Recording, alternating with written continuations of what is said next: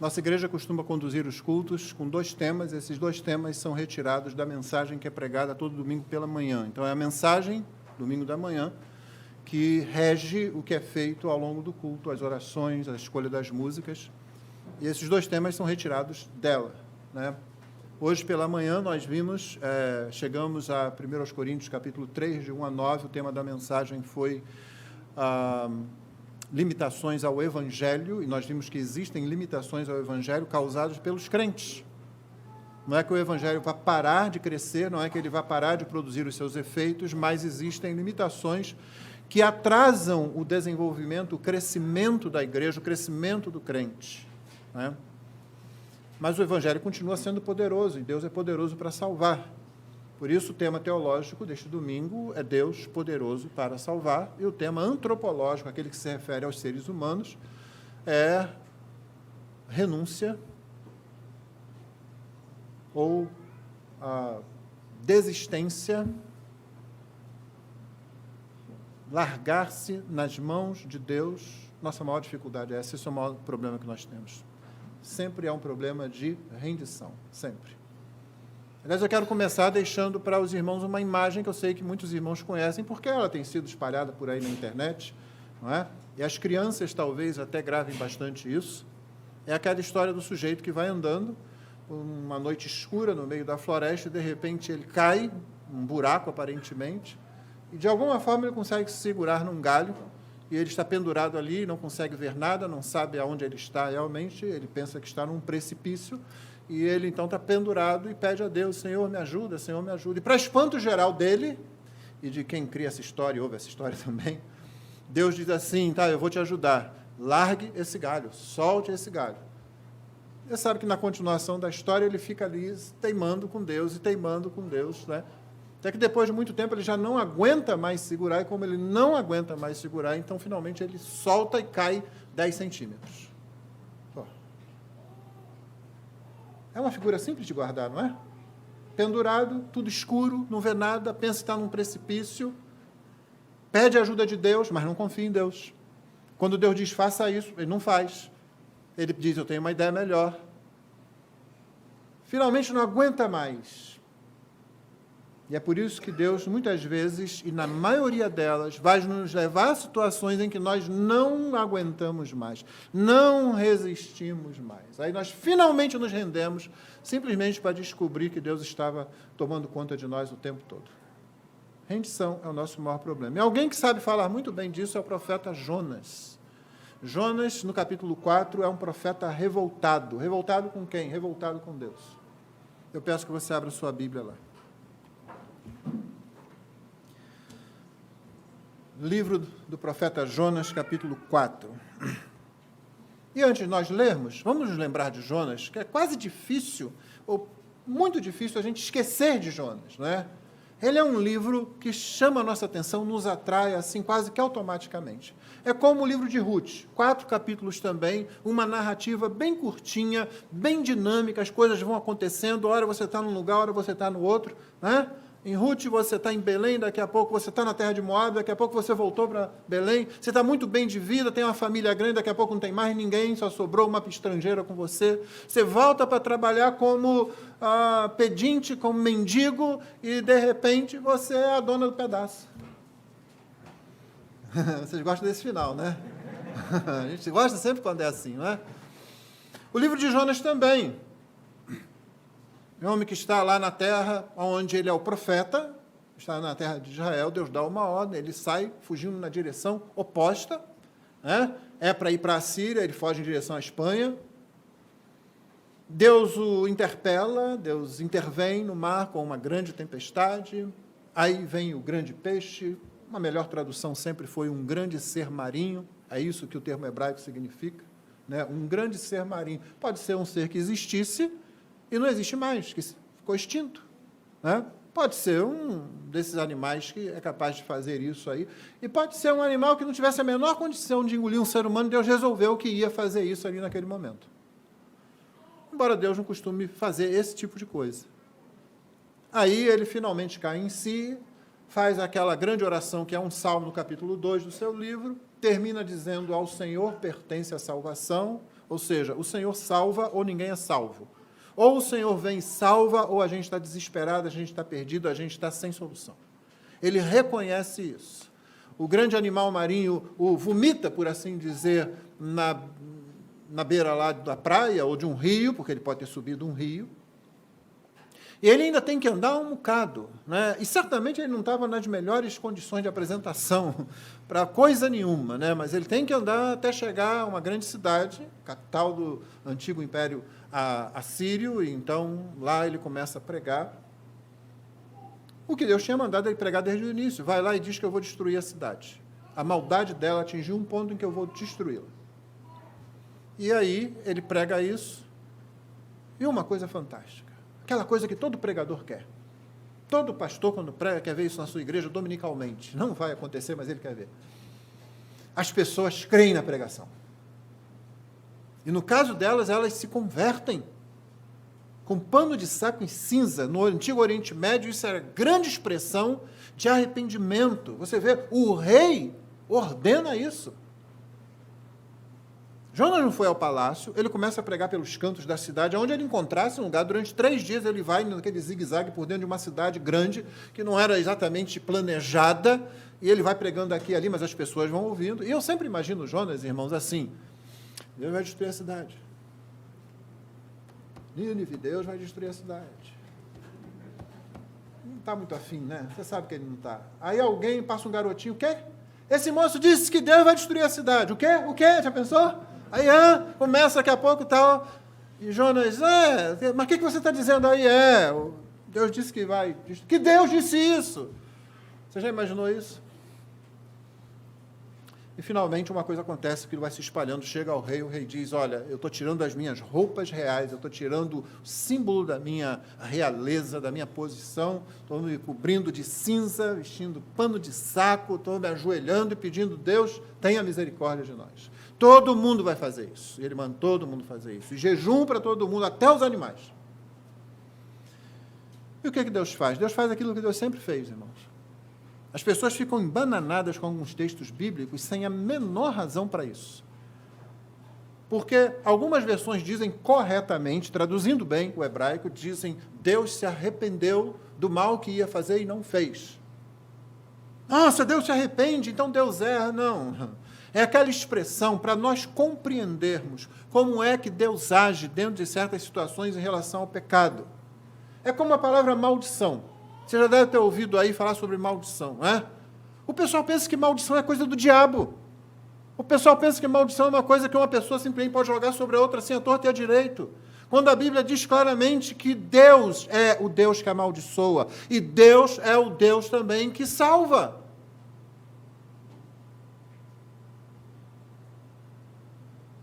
Maldição é a reação de Deus ao pecado humano. A primeira reação foi de maldição. Deus amaldiçoou a criação.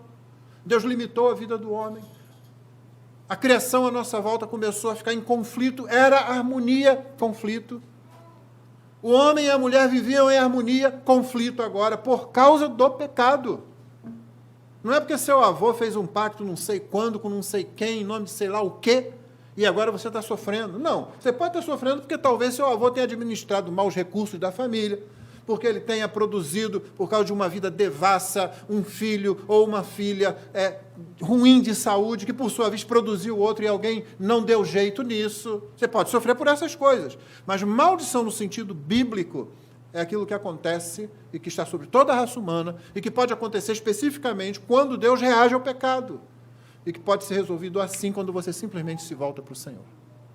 Da mesma forma, quando se diz que Deus se arrepende, Deus não fez nada que ele não estivesse fazendo desde o começo. Toda vez que pecadores se arrependeram do seu pecado, Deus veio com perdão. Não há nenhuma vez que na Escritura, nem no Antigo nem no Novo Testamento, que alguém verdadeiramente se arrependa dos seus pecados, da sua rebelião contra Deus, que Deus não venha abraçar essa pessoa. Aí as pessoas ficam embananadas com isso, sem prestar atenção no mais importante. Como Deus está instruindo um homem que é um homem de Deus, mas que é um pecador. Como Deus está demonstrando que é um Deus gracioso, até com estrangeiros, com quem ele não tem pacto nenhum. E como Deus é paciente com alguém que tem experiência de vida com ele, mas que ainda manifesta, como todos nós, a presença do pecado e a grande dificuldade de se render ao Senhor e confiar nele. É isso que a gente quer ver, olhando para esse capítulo 4 hoje. E o capítulo 4 diz assim: Mas Jonas ficou muito aborrecido e com raiva. Ele orou ao Senhor e disse: Senhor, não foi isso que eu disse estando ainda na minha terra? Por isso me adiantei fugindo para Tarsis, pois sabia que tu és Deus bondoso e compassivo, tardio em irar-se, grande em misericórdia, e que mudas de ideia quanto ao mal que anunciaste. Agora, Senhor, peço que me tires a vida, porque para mim é melhor morrer do que viver. E o Senhor disse: Você acha que é razoável essa sua raiva? Então Jonas saiu da cidade, sentou-se num lugar a leste da mesma. Ali construiu um abrigo, sentou-se na sombra para ver o que aconteceria com a cidade. Então o Senhor Deus fez crescer uma planta por cima de Jonas para que fizesse sombra sobre a sua cabeça, a fim de o livrar do seu desconforto. E Jonas ficou muito contente por causa da planta. Mas no dia seguinte, ao amanhecer, Deus enviou um verme que atacou a planta e ela secou. Quando o sol nasceu, Deus fez soprar um vento leste muito quente. O sol bateu na cabeça de Jonas de maneira que ele quase desmaiou. Então pediu para morrer, dizendo: Para mim é melhor morrer do que viver. Então Deus perguntou a Jonas: Você acha que é razoável essa sua ira por causa da planta? Jonas respondeu: É tão razoável que até quero morrer. E o Senhor disse: Você tem compaixão da planta que não lhe custou nenhum trabalho. Você não a fez crescer. Numa noite ela nasceu e na noite seguinte desapareceu. E você não acha que eu deveria ter muito mais compaixão da grande cidade de Nínive, em que há mais de 120.000 pessoas que não sabem distinguir entre a mão direita e a mão esquerda, e também muitos animais? Essa é a palavra do Senhor. E você fica esperando o final, não é? E agora? Quais são as cenas do próximo capítulo? Não tem. Sabe por que não tem? Porque Deus é um ótimo roteirista. Um roteirista muito bom. Então ele encerra aqui e deixa você em suspense, para que a questão de Jonas, a pergunta para Jonas, seja sua, para você responder. Seja minha, para que eu responda. Para que a gente pare assim e pergunte: e agora? O que aconteceu? E aí Deus vira para você e diz: exatamente, e agora? O que vai acontecer com você? Nós todos nos vemos em Jonas aqui de alguma forma. Todo crente em algum momento se vê em Jonas aqui, em alguma forma. Mas vamos para o capítulo, para o versículo 1. Jonas ficou muito aborrecido e com raiva. Essa é uma boa tradução, muito boa para o hebraico aqui. Ele ficou exatamente assim, aborrecido e com raiva. Ele não ficou só ressentido, poxa, não deu. Não, ele ficou com raiva. Ele ficou com raiva de Deus. E ele diz isso claramente. Ele ora ao Senhor. Olha só que coisa interessante. Jonas, aborrecido e com raiva, o que ele faz? Ele ora ao Senhor. Meu irmão, o primeiro ponto que você precisa gravar aqui é que nós estamos falando de um homem de Deus. Nós estamos falando de alguém que foi alcançado pelo Espírito de Deus. Quanto à igreja de Corinto, a quem Paulo escreve a primeira carta, que nós estamos acompanhando aí, capítulo a capítulo, é uma igreja de Cristo. Aqui nós temos um indivíduo, na igreja são vários indivíduos. Então, certamente pode haver ali alguém que não seja realmente crente. Mas você nota que o olhar de Paulo para aquela igreja é uma igreja. São santificados em Cristo. E é assim que Paulo trata com ela. Essa é a primeira coisa que você precisa pensar. Nós, às vezes, somos muito mais duros nos nossos julgamentos do que Deus. E, às vezes, somos muito mais levianos nos nossos julgamentos do que Deus. E, sim, nós temos que julgar. Vamos ter que julgar muitas vezes. O nosso irmão começou o culto aqui, na abertura, dizendo: eu sempre tenho muitas decisões, como todos nós temos decisões a tomar o dia todo. Todo dia você faz julgamento sobre várias coisas. E, às vezes, você tem que julgar sobre as pessoas também. Não pegue Mateus 7 fora do contexto, não julgueis para que não sejais julgados, e aí você começa a falar ali que a gente não pode falar nada, porque há um monte de versos no Novo Testamento dizendo que a gente precisa julgar, que a gente precisa ponderar, que a gente precisa ter critério. Paulo diz que a gente precisa ser, quanto ao juízo, quanto ao julgamento, quanto ao raciocinar e dizer se uma coisa é, se ela não é, nós temos que ser homens maduros. Então, sim, nós vamos ter que fazer isso muitas vezes. E às vezes a gente é muito apressado, muito duro. Jonas é crente. Para usar o linguajar do Novo Testamento, Jonas é crente. Ele ora ao Senhor. É isso que ele faz, ele ora ao Senhor. Ele vai falar com Deus. Portanto, não creia naquela mentira do diabo e de algumas pessoas que, às vezes, sem perceber, estão a serviço dele, e que dizem para você assim, olha, acho que você não devia orar hoje. Já ouviu essa vozinha falando? Olha como você tratou o seu filho, olha como você tratou sua esposa, olha como você fez com a igreja. Você não foi à igreja, você não esteve lá. E aí o diabo e o nosso pecado, e o mundo com os seus conceitos e valores, à nossa volta, o que eles fazem? Eles fazem com que a gente pense, com que a gente chegue à ideia de que todo mundo está muito bem, só eu que estou com problema. Quando a nossa ideia deveria ser, todo mundo está muito bem, porque está todo mundo em Cristo, apesar de todos nós sermos imperfeitos, e todos nós temos falhas. E quando você está com raiva, seja do que for, você tem que ir para Deus. Eu tenho dito aqui já há muitos anos agora, né? Quase 27 anos de pastorar nessa igreja. Qual é o único lugar que a gente tem para fugir de Deus, irmão? O pessoal lá em casa não vai ouvir. Deus mesmo.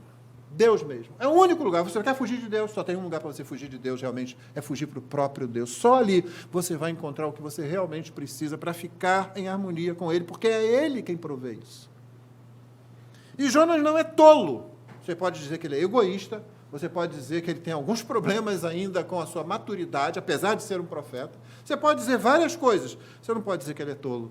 Ele é um homem que sabe que precisa ir para Deus. Ah, pastor, mas espera aí, ele não foi meio tolo, fugindo? Sim, de vez em quando, mesmo quem não é tolo faz tolices, não é? Você talvez lembre de Forrest Gump, né? Tolo é quem faz tolices. A ideia ali é tolo, é quem vive fazendo tolices. Mas mesmo quem não é tolo, de vez em quando comete uma tolice. Jonas cometeu essa.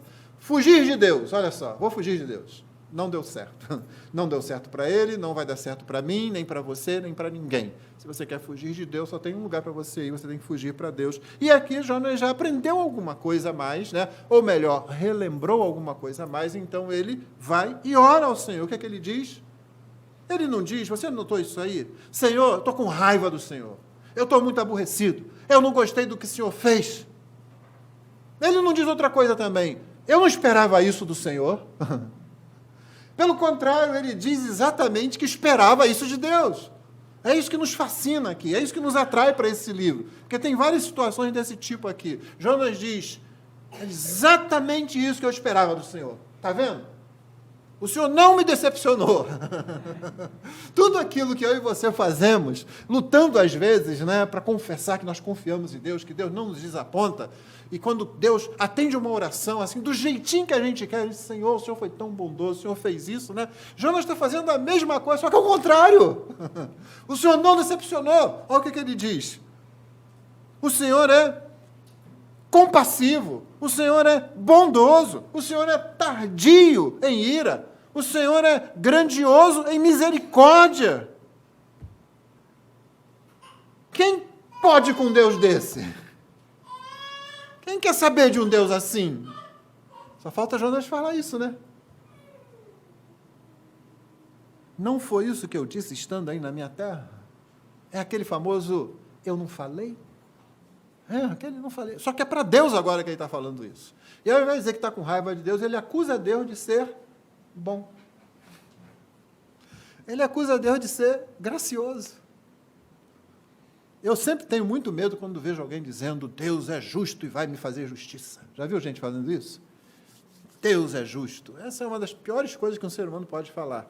Não porque Deus não seja, não, Deus é justo sim. O problema é que se Deus for justo conosco, nós seremos lançados no inferno eternamente. É isso que vai acontecer. Isso é justiça, é receber o que merecemos. É por isso que no domingo que vem, quando a gente celebrar a reforma, nós estamos celebrando o resgate de uma das grandes doutrinas da fé cristã, que é a justificação pela fé somente. Aquela justificação que a gente declara não depende das obras, ou seja, não depende de quem eu sou, nem do que eu faço, depende do que Ele fez, de quem Ele é. Nós jogamos para o lado mérito e ficamos com a graça. Se Deus fosse ser justo, então Ele aplicaria a justiça. Toma aqui, a paga pelo que você fez. E o que é que a Bíblia diz? Ela diz que o salário do pecado é a morte. É a morte física, é a morte espiritual, é a morte eterna. Só que Deus, além de ser justo, ele é misericordioso. Soberanamente misericordioso, mas ainda assim misericordioso. Por isso, advirta aquelas pessoas que ficam falando, Deus é justo. Não. Nós falamos da doutrina da eleição incondicional, não pode ser, Deus seria injusto. Não, meu irmão. Deus nunca é injusto, mas nem sempre ele vai exercer a justiça dele em relação a nós. Vai exercer a justiça a nosso favor, sempre. Como é que ele faz isso? Complicou? Não. Deus sempre será justo e a sua justiça sempre será executada, mas ao invés da justiça dele se abater sobre nós como juízo, ela se abate sobre Cristo na cruz como juízo. E para nós sobra o quê? Como a justiça de Deus foi satisfeita na cruz por Cristo Jesus, que morreu em nosso lugar, para nós só resta a graça. Quando celebramos a ceia, eu gosto de lembrar que Cristo foi à cruz para que nós fôssemos convidados a uma mesa. E Jonas aqui está muito chateado porque Deus não foi justo com ele, com Jonas. Ele está muito aborrecido. Acho que vale dizer aqui, irmãos, que quando uma pessoa está assim, ela, na verdade, está expressando um certo aborrecimento com ela mesma. Ela sabe que tem alguma coisa errada com ela. E é assim com todo crente.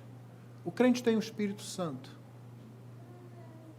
Eu já recebi pessoas no gabinete dizendo para mim, elas entram muito tristes, às vezes com lágrimas nos olhos, para dizer, pastor, eu não sei se eu sou salvo.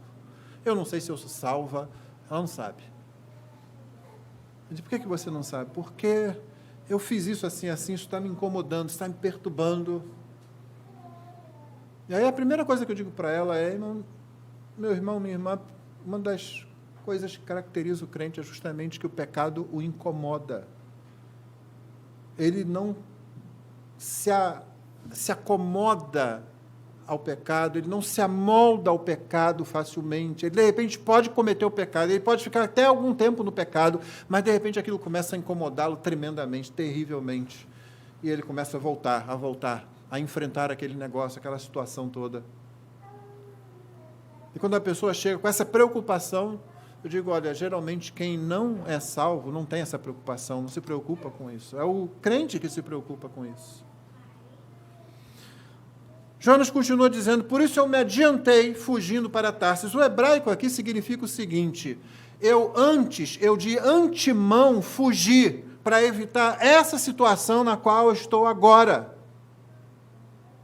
Não é aquela situação de pregar para o pessoal, não é a situação de ter que arriscar a vida dele, de repente, indo para uma cidade que nem era do povo dele, como profeta de Deus, para trazer uma mensagem nada simpática, olha, 40 dias e Nínive será destruída. Não era isso que ele estava querendo evitar. Jonas não fugiu por causa disso. Ele fugiu porque ele queria evitar essa situação na qual ele estava agora, de pregar aquela destruição e de ver Deus ser misericordioso com aquele povo. Se você não conhece bem a história dos povos antigos, a Assíria era um povo que chegou a ser muito cruel. Ela chegou a ser um dos grandes impérios da antiguidade. Posteriormente, ela, como todo império, cresce, né, e decai, e aí o Império Babilônico veio e tomou conta, mas no período dela, ela foi poderosa, como todo império, mas também foi muito cruel, um dos mais cruéis que já existiram. Famosa pela forma cruel de tratar os vencidos. E aqui, nesse momento, ela estava em tranquilidade. Essa ação de Jonas, pregando o que Deus mandou e fazendo com que a cidade reconhecesse seu pecado, deu a Israel, ao reino do norte. Jonas é um profeta do reino do norte. Você deve saber que Israel, depois do filho de Davi, Roboão, Israel se dividiu, né, com dois países assim separados, né, a mesma nação, mas ainda governos separados. Então, o reino do norte era o lugar aonde Jonas foi profeta.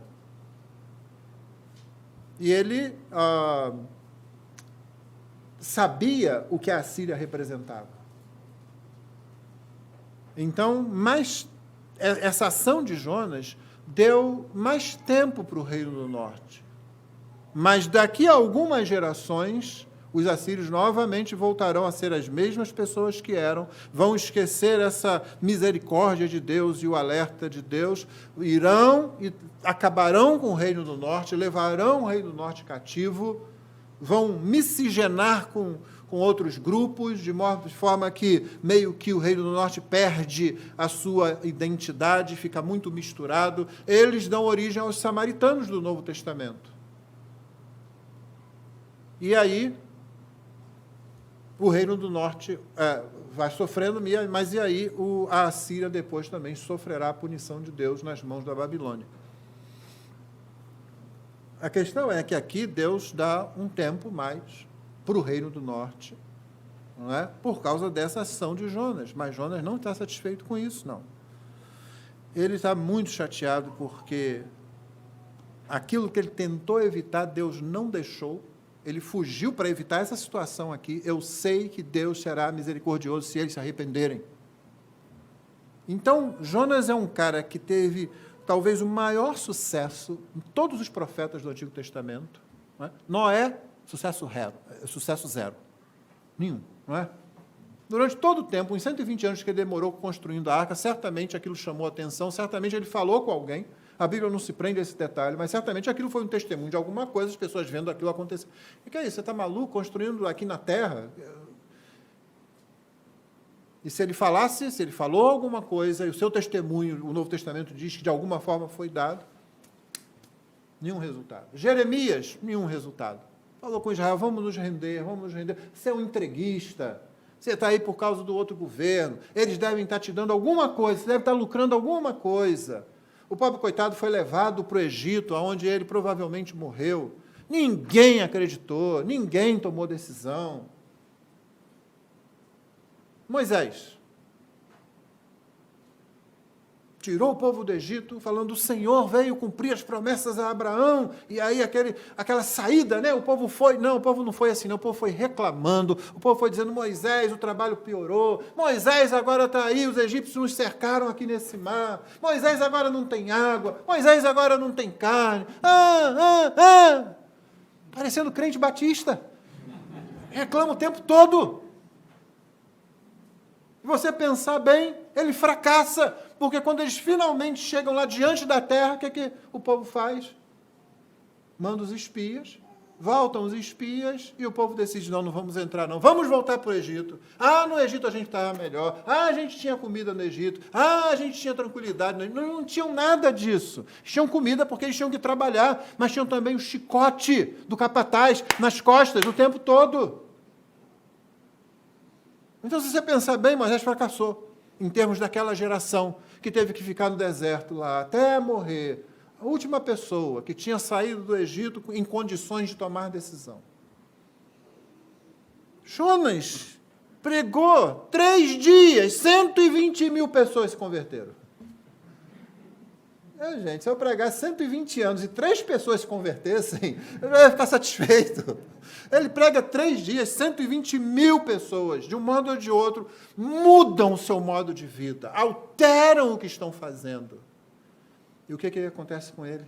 Ele não consegue se render, ele não consegue renunciar, ele não consegue ver o bem nisso, ele não consegue ver a bondade de Deus nisso. Ele está muito preso ao seu nacionalismo, talvez, ele está muito preso ao que ele pensa que deve ser a justiça de Deus aplicada ao outro, ele não consegue simplesmente. Então, ele acha que a reclamação que ele tem para fazer com Deus agora é, inclusive, explicar a estratégia dele, por que ele fez o que tinha feito, que foi uma grande bobagem, foi uma grande tolice, mas ele precisa explicar. O senhor está vendo? Foi por isso que eu me adiantei e fugi para Tarsis, porque eu sabia que eu ia estar passando por isso agora, porque eu sei quem o Senhor é. Não é incrível? Nós sabemos quem Deus é, irmão.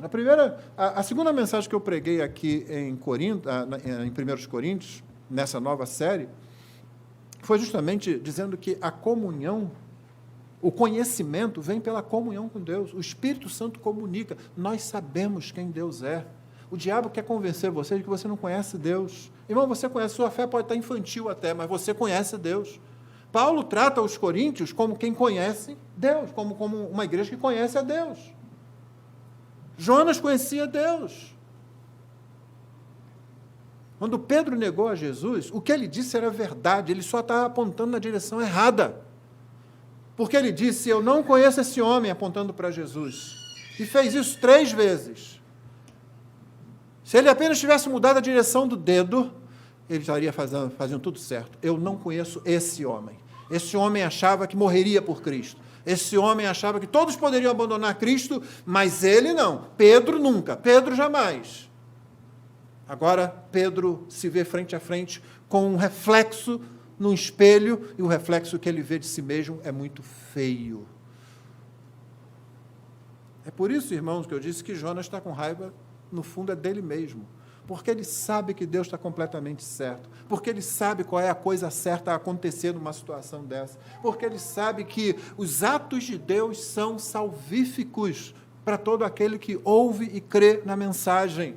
E ele simplesmente não quer se render a isso. Mas ele conhece Deus. Então, quando você não se rende a Deus em alguma coisa, não é porque você não conheça Deus. Não é porque você esteja precisando de talvez mais estudo bíblico, embora estudo bíblico tenha que acontecer sempre. Não é porque você ainda não conhece bastante a doutrina batista ou a doutrina reformada, ou seja lá de que modo você a definir. Não. Você já conhece o suficiente. Você sabe quem Deus é. É só que você não quer soltar o galho. Na verdade, você quer que ele faça de outro modo. Nós cantamos aqui na preparação para o culto, tanto de manhã como agora. Aquela música que eu digo, irmão, essa música é uma pegadinha. Eu gosto muito dela, até porque ela tem um estilo brasileiro, né? Um ritmo bem brasileiro. Né? Gosto do teu modo de agir. E do modo como... Gosta mesmo? Do modo como tu fazes em mim grandes coisas. Gosta mesmo? Tem certeza disso? Porque você cantou isso aqui hoje. Eu vi a congregação cantando. Sim, nós temos que cantar porque nós precisamos aprender realmente a amar o modo de Deus agir. Você viu aqui a sequência dos atos de Deus, a partir do versículo 6? Então, o Senhor Deus, note que uma nota que é repetida no livro de Jonas é Deus fez, Deus fez, Deus fez. Você pega lá no capítulo 2, o primeiro verso do capítulo 2, o último verso do capítulo 1, verso 17. O Senhor ordenou que um grande peixe engolisse Jonas. Quem foi que ordenou? Foi Deus. Outra versão diz interessantemente, o Senhor preparou um peixe. Preparou um grande ser marinho. E essa nota é repetida. E só nesse trechinho aqui você vai ver quanta coisa Deus faz, do verso 6 até o versículo 8. Então o Senhor Deus fez crescer uma planta por cima de Jonas, para que fizesse sombra sobre a sua cabeça. Olha só, o meu profetinha está com dor de cabeça, a cabeça está doendo, o sol está muito quente, né? A temperatura está alta, e eu vou livrá-lo do seu desconforto. Não é isso que diz o final? Para que ele, a fim de o livrar do seu desconforto. Jonas ficou muito contente por causa da planta. Né? Uma coisa que você vai ver em quem não está fazendo a coisa certa é que ela pode mudar de um modo para o outro modo assim, de repente. Mudou a circunstância, você viu? A circunstância mudou, eu fico bem. A gente canta tem um cântico que a gente canta, né? Não olhe as circunstâncias, não é?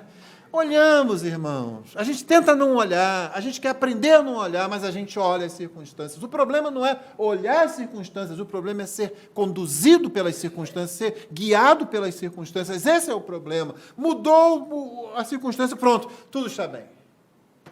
Como diz o grande teólogo, tudo está no seu lugar, graças a Deus, né? De vez em quando, os teólogos aí da cultura falam verdades. Tudo está no seu lugar, e se estiver, é graças a Deus. É Deus quem coloca tudo no seu lugar. Só que a gente está raciocinando errado.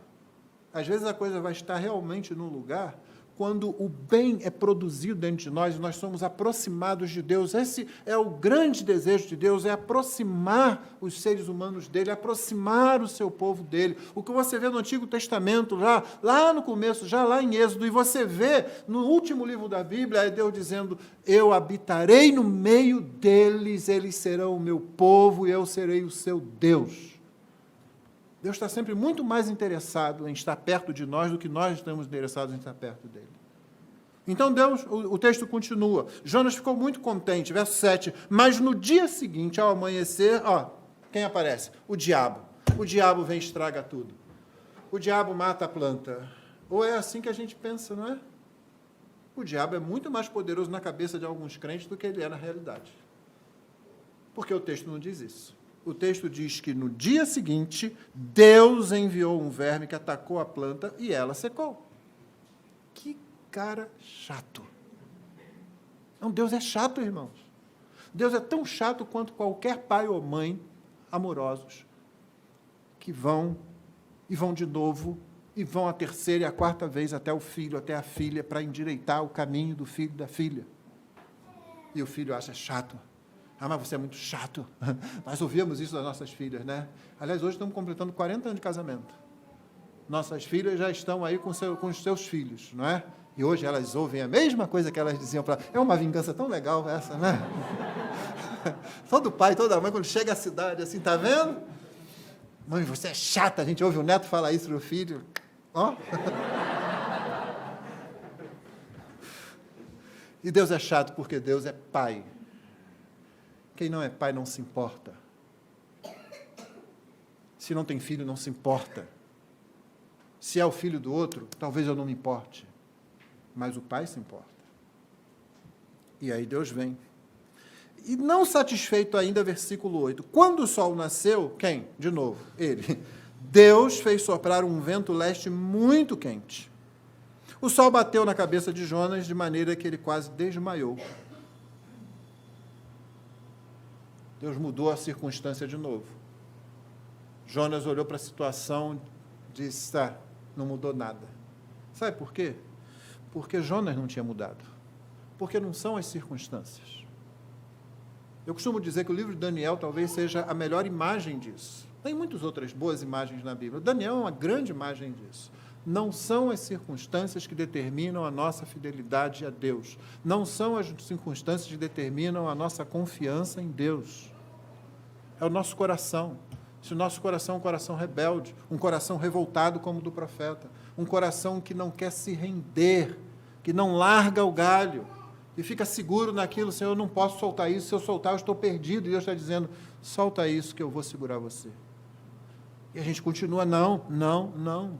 Basicamente nós estamos dizendo o seguinte, eu sei mais que o Senhor. Ou como os americanos gostam de dizer, né, eu sei melhor. Eles têm essa expressão, eu sei melhor. Aqui a gente não usa assim, né? Mas é exatamente isso que a gente quer dizer. Eu conheço isso melhor que o Senhor, eu sei isso melhor que o Senhor, eu sei a solução disso melhor que o Senhor. E por causa disso a gente sofre. Quando Jonas aqui diz que está fica triste aqui por causa da planta que morreu, irmãos, ele está com pena dele mesmo.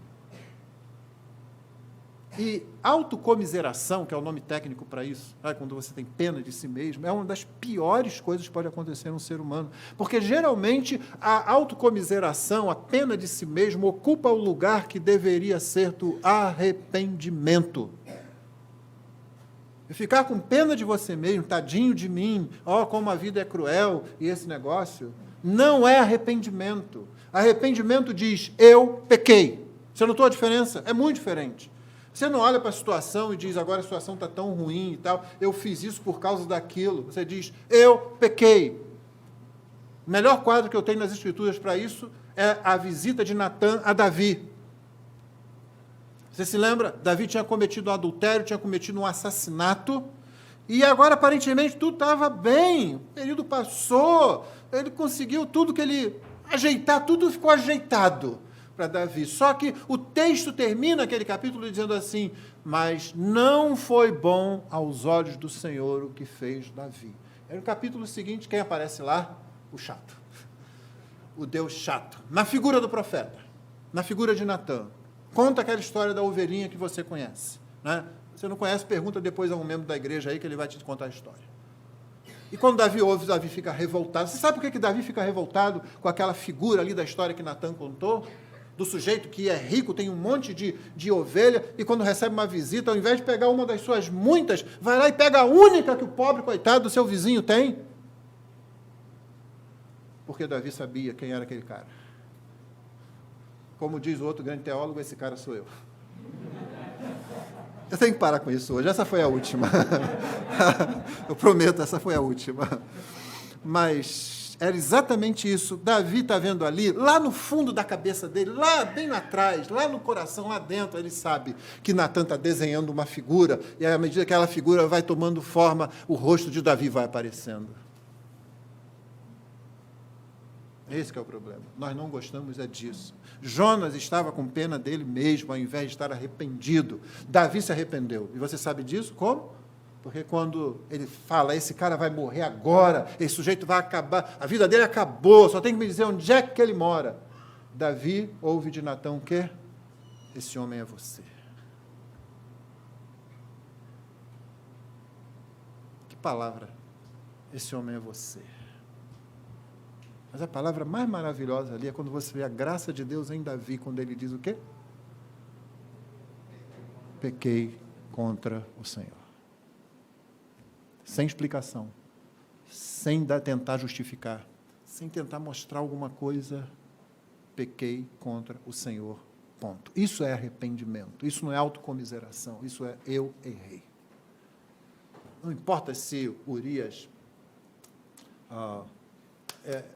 ligava para a mulher ou não, não importa se Batseba se ofereceu para Davi ou não, provavelmente não foi isso que aconteceu, provavelmente ela se viu mais forçada a uma situação do que desejava. Não importa se ela foi a sem vergonha que foi tomar banho lá à vista de todo mundo. Davi não fala nada disso. Ele diz simplesmente, pequei contra o Senhor. Isso é arrependimento. É isso que falta aqui. Não quer dizer que Jonas não tenha se arrependido depois dessa conversa com Deus. Porque você sabe que Deus para aqui justamente para que eu e você entremos no personagem. Eu sou Jonas, você é Jonas. E Deus está confrontando a gente. E pensando, será que você não precisa se render, renunciar? O sol bateu na cabeça de Jonas de maneira que ele quase desmaiou, então pediu para morrer, dizendo, para mim é melhor morrer do que viver. E Deus pergunta para ele de novo, você viu, Deus gosta de perguntar, por isso que eu falo para os irmãos, faça perguntas, irmão. O método socrático é bom. Pelo menos nisso, faz perguntas. Vai conversar com a criança, faz perguntas para ela. Não sai falando tudo que ela tem que fazer, não. Vai conversar com um não-crente, o não-crente chega para você e diz, a Bíblia está cheia de erros. Começa a se defender como se você tivesse perdido no tiroteio, não. Pergunta para ele, qual o erro que tem na Bíblia? É muito interessante isso, porque geralmente a pessoa engasga nessa hora. Qual é o erro que você vê na Bíblia? Aí, quando fala um negócio lá que não tem nada a ver, que nem está na Bíblia, aí você corrige amorosamente aquela pessoa, não é? Faz perguntas, Deus faz perguntas. Você acha que é razoável essa sua ira por causa da planta? Eu já tinha perguntado para ele, lá no verso 4, você acha que é razoável essa sua raiva? Agora Deus pergunta de novo, já dentro de um outro quadro que Deus mesmo formou. A planta cresceu, a planta morreu, Jonas tinha ficado bem, Jonas ficou mal de novo, e agora Deus está perguntando, é razoável? E Jonas, pé firme. É tão razoável que até quero morrer. E você não ouve mais nada de Jonas aqui. Na verdade, se você observar bem o livro, tirando o capítulo 2, Jonas quase não fala. Sim, ele passou 3 dias pregando, mas isso é anotado só sumariamente, né? Mas é um livro que o profeta fala muito pouco. E a ideia de que Jonas tenha se arrependido vem do fato de que, provavelmente, é Jonas mesmo que faz o registro disso. É ele mesmo que está fazendo o registro disso. Pode ter havido alguma compilação um pouco posterior dele mesmo, mas também não há nenhuma razão boa, convincente, para que esse livro não tenha sido escrito lá pelo século VIII a.C. E, muito provavelmente, do jeito como era narrado, por alguém que viveu cada momento desse. Por isso, a gente crê que Jonas, que era um homem de Deus, finalmente cai em si. Mas isso não está aqui por causa do motivo que eu já coloquei para você, para que você entre no personagem. E agora, então, depois de Deus perguntar isso, né, e ouvir a resposta de Jonas, que continua lá firme na posição dele, Deus lança a palavra final, que não é nem um argumento, né? É mais uma vez para fazer, Jonas, pensa. E é outra pergunta. Jonas, pensa comigo. Você tem compaixão da planta que não lhe custou nenhum trabalho. Vai ver como Deus é lógico, irmão? Quando alguém vier para você e falar, isso aí é muito lógico, você não está sendo espiritual, diga para essa pessoa que lógica é algo que vem do próprio ser de Deus. Lógica nada mais é do que uma expressão no pensamento humano da coerência do ser de Deus. É só isso. Entendeu? Quando a gente busca ser lógico, a gente está buscando estar mais próximo de como Deus é descrito na sua palavra. E eu não estou falando daquela expressãozinha que o pessoal usa aí, à torta e à direita. Aí. É lógico, né? E aí não tem nada de lógico naquilo. A pessoa só está falando que é claro que tem que ser isso porque eu quero que seja. Não estou falando disso, não. Eu estou falando de quando a gente pensa logicamente, realmente. É o que Deus está fazendo com Jonas aqui. Você tem compaixão da planta que não lhe custou nenhum trabalho. Você não a fez crescer. Uma noite ela nasceu, na outra noite desapareceu. Você percebe o que Deus está fazendo? A didática de Deus é impecável, irmãos. Até porque tudo em Deus é impecável, né? Mas o modo como ele trabalha o ser humano, Deus vai criar a mulher. O que ele faz? Senta Adão lá, bota um PowerPoint, faz uma apresentação fantástica da mulher, mostra um monte de imagem, fala como é que ela vai ser, o que ela vai fazer, como é que ela vai pensar. Não, ele não fez isso, não.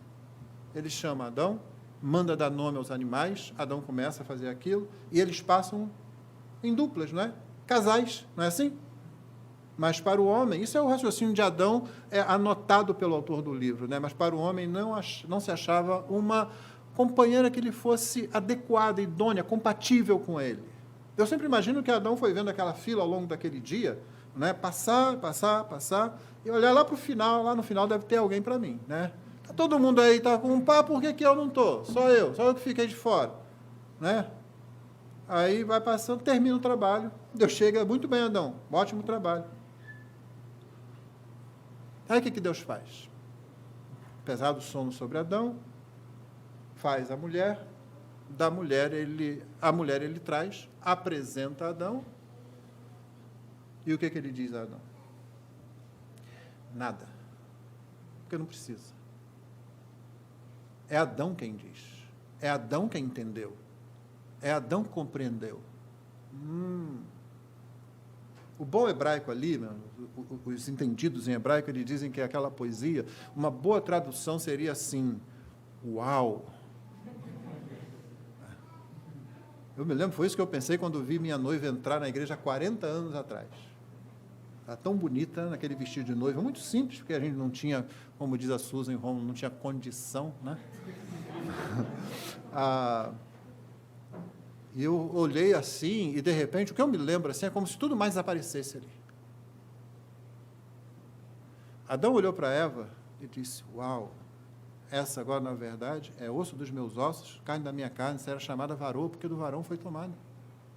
Deus não precisou falar absolutamente nada com ele.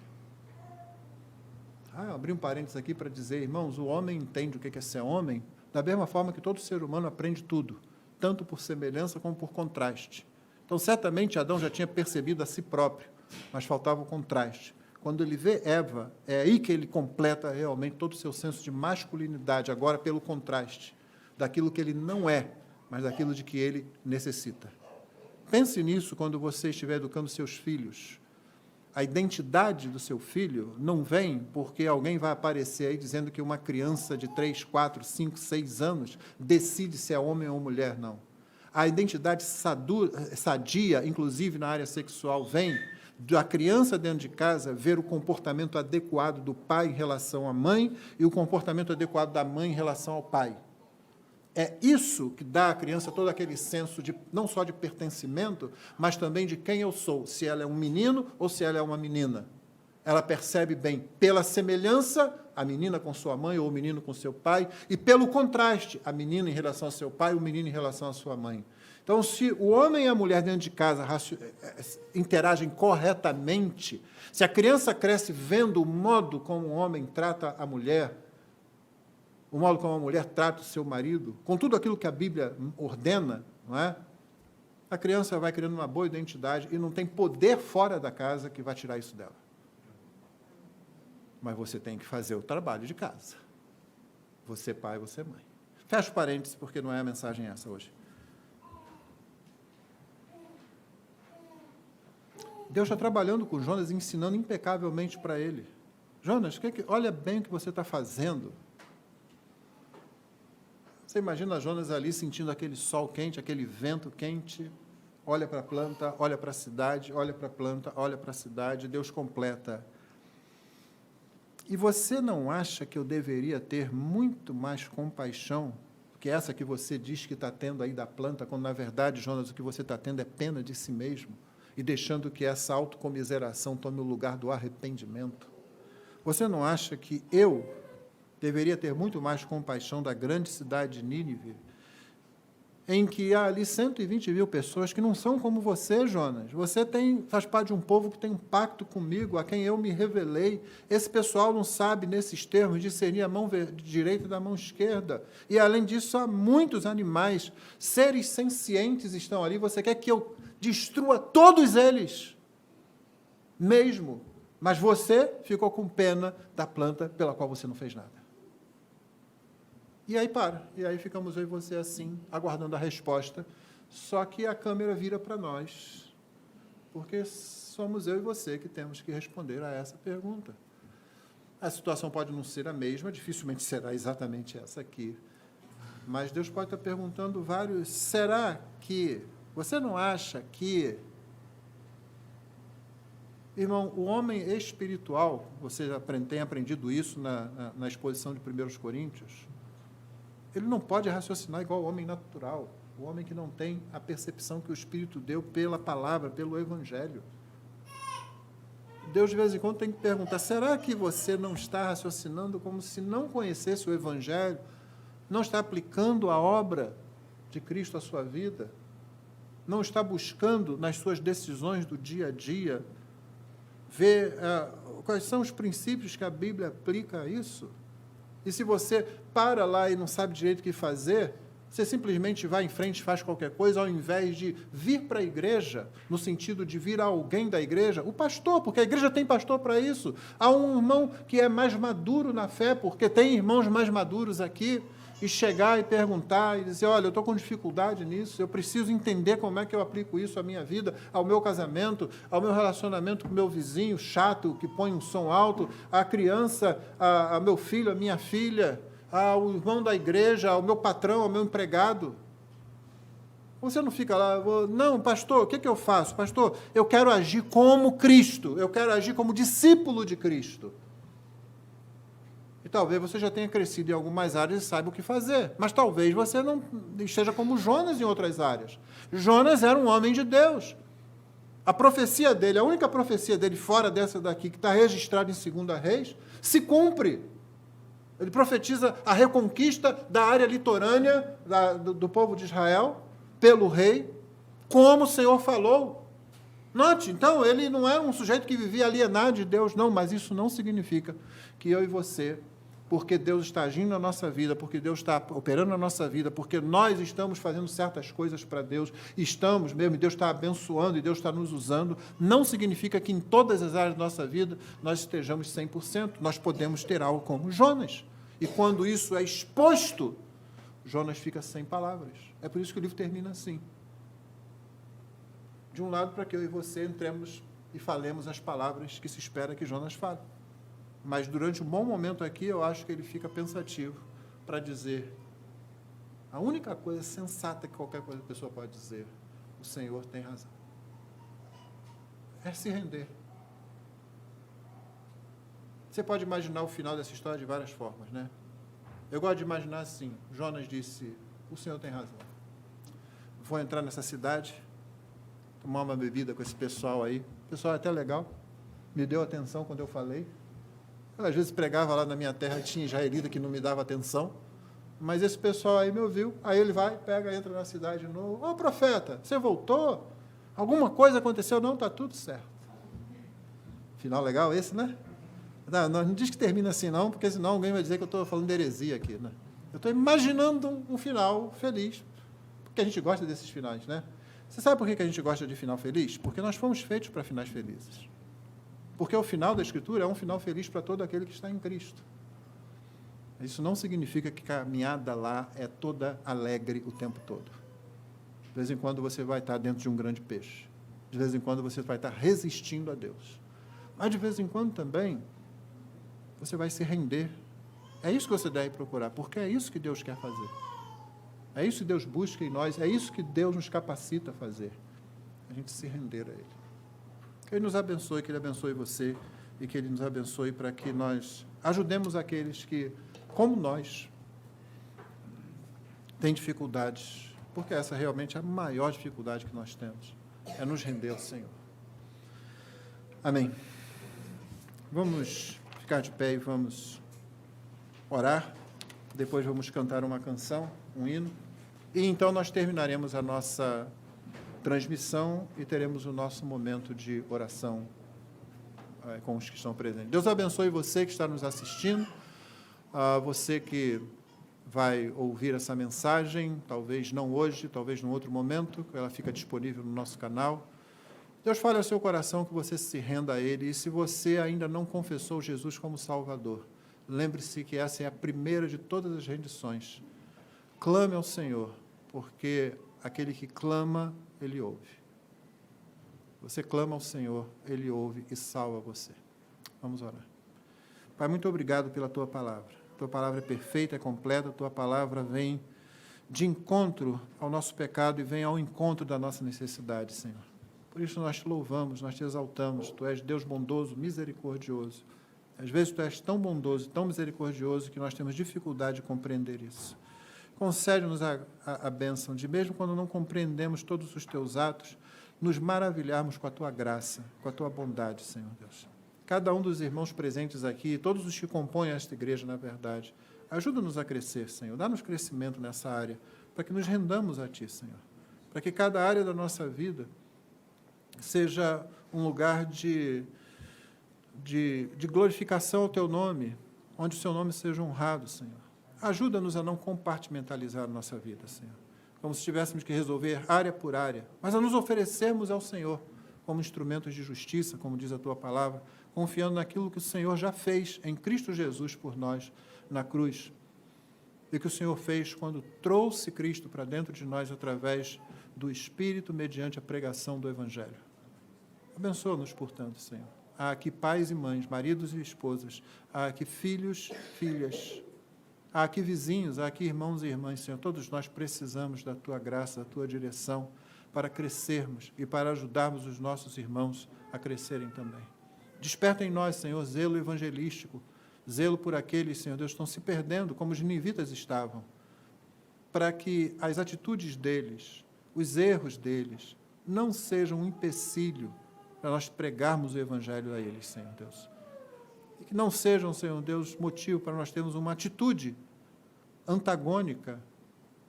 Pelo contrário, que tenhamos compaixão, como o Senhor Jesus, que veio para o que era seu, os seus não o receberam, mas o Senhor Jesus continuou fazendo a obra e resgatou muitos dos seus, e muitos daqueles que não faziam parte do povo de Israel também. Pai querido, ajuda-nos a crescer. O Senhor tem nos abençoado, e nós reconhecemos que isso não é mérito nosso, é graça do Senhor. É o Senhor quem tem mantido o púlpito dessa igreja fiel, através dos vários pregadores que aqui têm pregado. É o Senhor que tem mantido a fidelidade da Tua igreja na contribuição com os dízimos, com as ofertas, para sustentar o trabalho aqui, o trabalho missionário também. É o Senhor que tem trazido pessoas para o nosso meio. É o Senhor que tem nos abençoado com filhos e filhas que são criados dentro do contexto da nova aliança. Nós reconhecemos e louvamos o Teu nome, Senhor, sabendo que não somos merecedores de nada disso. E por causa disso também é que nós rogamos ao Senhor que continue a nos dar crescimento, continue a nos dar amadurecimento na fé e que o Senhor continue a nos abençoar, para que nos pareçamos cada vez mais com Cristo e proclamemos a Cristo com maior fidelidade. Pedimos a Tua bênção sobre todos aqueles que estão nos assistindo, nos acompanhando. O Senhor os abençoe, os guarde, abençoando-os ao longo dessa noite também e da semana que se inicia. Oramos assim no precioso nome de Jesus. Amém.